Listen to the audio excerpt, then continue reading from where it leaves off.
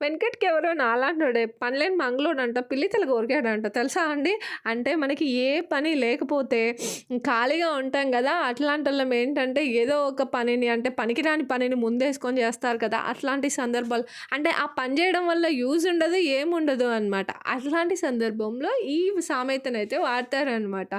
అందుకనేసి అయితే నాకేంటంటే పనంతా అయిపోయిన తర్వాత కొద్దిసేపు రెస్ట్ తీసుకోవచ్చు గదా!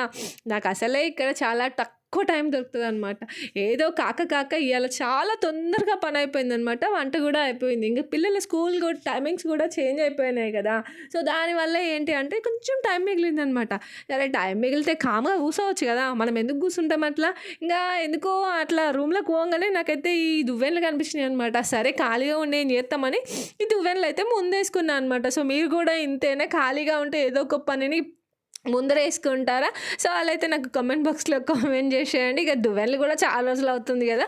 క్లీన్ చేద్దామనేసి. నేనైతే మా వీక్లీ వన్స్ అట్లా కోంబ్స్ అయితే క్లీన్ చేస్తాను. మీరు ఎన్ని రోజులకొకసారి చేస్తారో కామెంట్ బాక్స్‌లో కామెంట్ చేసేయండి. వీడియో అయితే అంతే. వీడియో నచ్చితే కనుక తప్పకుండా ఒక చిన్న లైక్ ఇవ్వడం అయితే మర్చిపోవద్దు. మరో మంచి వీడియోతో మీ ముందుంటాను.